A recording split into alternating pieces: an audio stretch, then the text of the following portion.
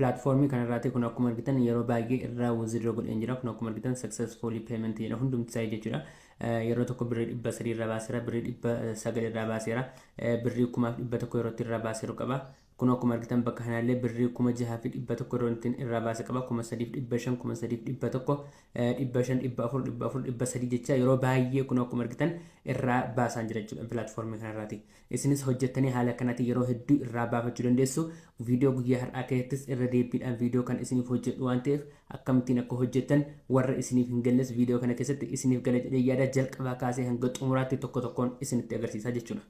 Platformii kana jalqaba maal gootu gara Telegram channel keessan erga dhuftanii booddee kun bakka kanatti akkuma argitan haala kanaan kiyyaa multimedia jettanii channel keessan irratti search inni gootu jechuudha. Sana booddee channel kanatu isiniif dhufa channel nama 2700 ol qabu jechuudha.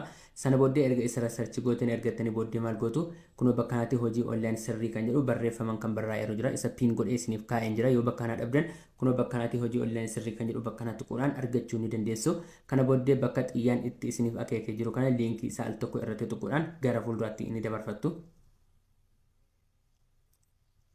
Kana booddee erga seentanii booddee haala kanaatiin isiniif dhufa jechuudha. Bakka kana login kan jedhu jira bakka kana register kan jedhu jira. Bakka kanatti register kan jedhu irra gootu warri kana dura hin galmooni jechuudha.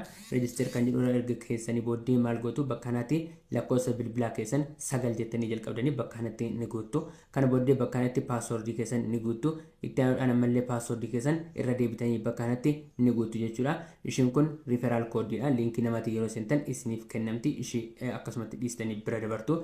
Kana booddee maal gootu bakka kanatti please enter your verification email dha. Emailii keessan bakka kanatti ni barreessu jechuudha. Emailii namoonni baay'een emailii dogongoru yeroo barreessan emailii walirraa maqaa faguttanii barreessu.